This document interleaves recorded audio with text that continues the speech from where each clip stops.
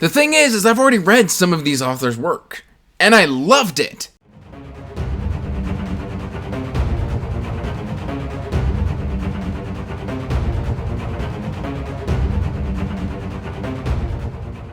Hey everyone, welcome back to Andrew's Wizardly Reads, and as always guys, I am Andrew, and today we are talking about my top 5 neglected authors that are on my shelves. But before we get into this, please like this video and subscribe to the channel, as it does help the channel grow, and you can check the description box down below for links to all of my social media, including information about my Patreon if you want to help support what I do here. It is always greatly appreciated, and it really helps support the channel.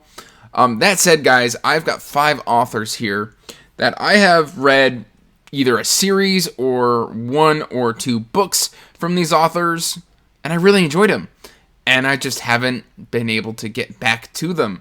And I don't want to become one of those booktubers who never reads the authors that he really enjoys. I am working on wrapping up a couple series here soon, so maybe I'll slot some of these back in, but I just don't know.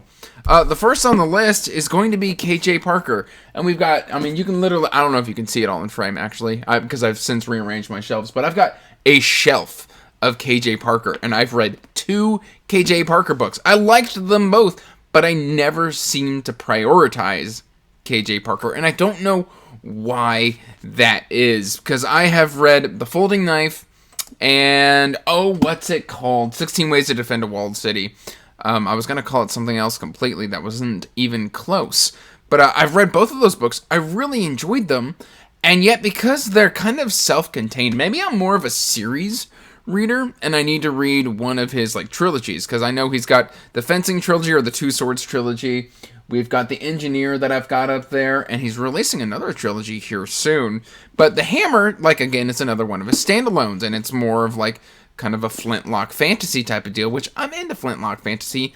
I don't know why I haven't read this. I was supposed to read this a year and a half ago, and I just never got around to it. I don't know why I don't prioritize KJ Parker, but he is an author that has been sorely neglected on my channel and my shelf. Next up, we have got Chris Wooding, and I don't understand why I haven't read more Chris Wooding.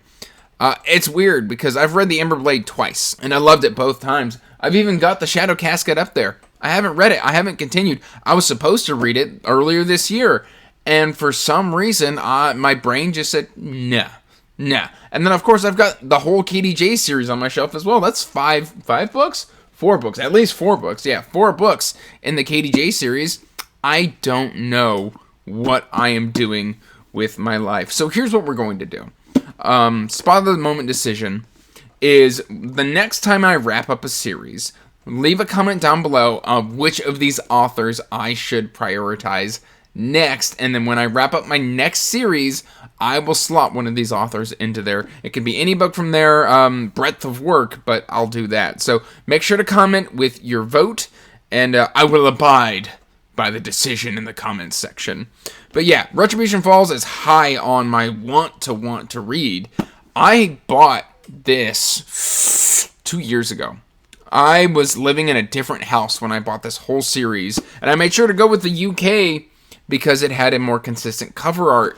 The UK versions, I should have finished that phrase, but I went with the UK versions because it had a more consistent art, and then I just never read them, and I don't know why I've done this to myself, but here are 2 sorely neglected authors, and this one's kind of neglected mainly because I have got so many books by this author on my shelves, and I've only read 1, 2, 3, 4, 8 books by this author, but they've put out close to 30. And that's Adrien Chovsky. I've had The Tiger and the Wolf, again, on my shelf for over a year and a half, and I've never once reached for it. I've also got, just real quick, I've got these 2 of The Final Architecture.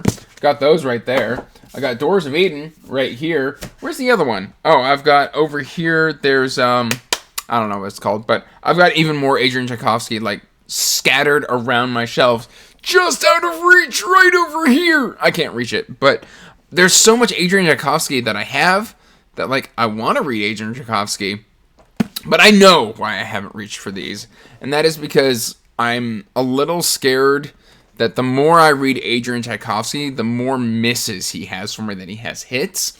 And I know a lot of people who love everything Adrien Chovsky does, but like when Adrien Chovsky hits, he hits so hard. And when he misses, it's like, it's not a huge miss. It's just, I lose interest in the book or the series, and then I'm sad. And so I've been kind of like dodging that feeling, but at the same time, whenever he hits, like I said, he hits, he slaps. He's such a good writer with these great and inventive and creative ideas, and like he puts out books like a madman. He's a UK Brandon Sanderson. He might even write faster than Brandon Sanderson. I'm not entirely sure.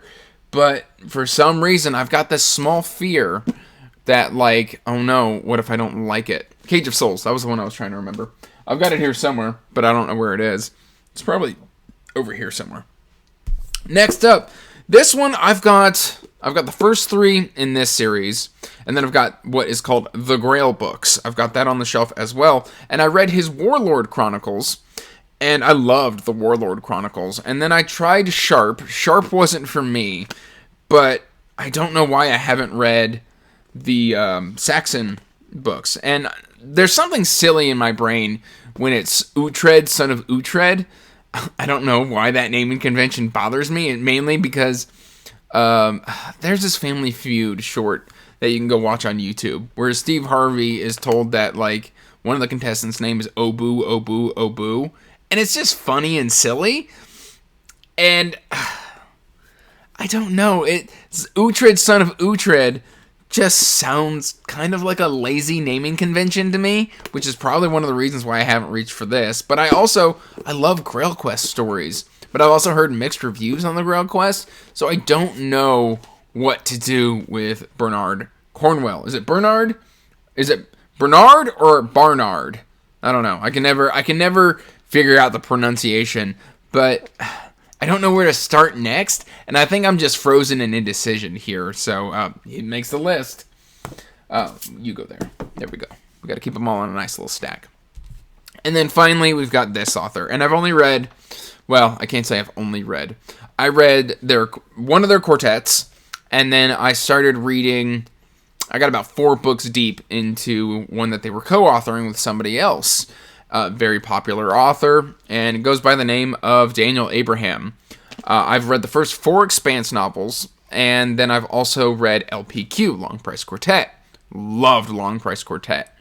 Very mixed on the Expanse. I normally only rated those books like on an average of 3 to 4 stars. Some of them are 2 stars. Like I've never been super high on the Expanse, mainly because the characters just do a bunch of crazy stuff that I can't quite rationalize. Like, it just doesn't make sense to my brain, and I don't know why that is. But we've got Kithamar here, and then Dagger and Coin, which is like what happened, like how do you win a war through banking versus with the sword and stuff like that. There's 5 books there, and I've got the first 2 on ebook, and I've been wanting to read them. I've got both of the Kithamar books in hardcover, and I haven't ever even tried. Well, have I tried to put Age of Ash on a TBR? I'm not entirely certain that I have, but I've wanted to.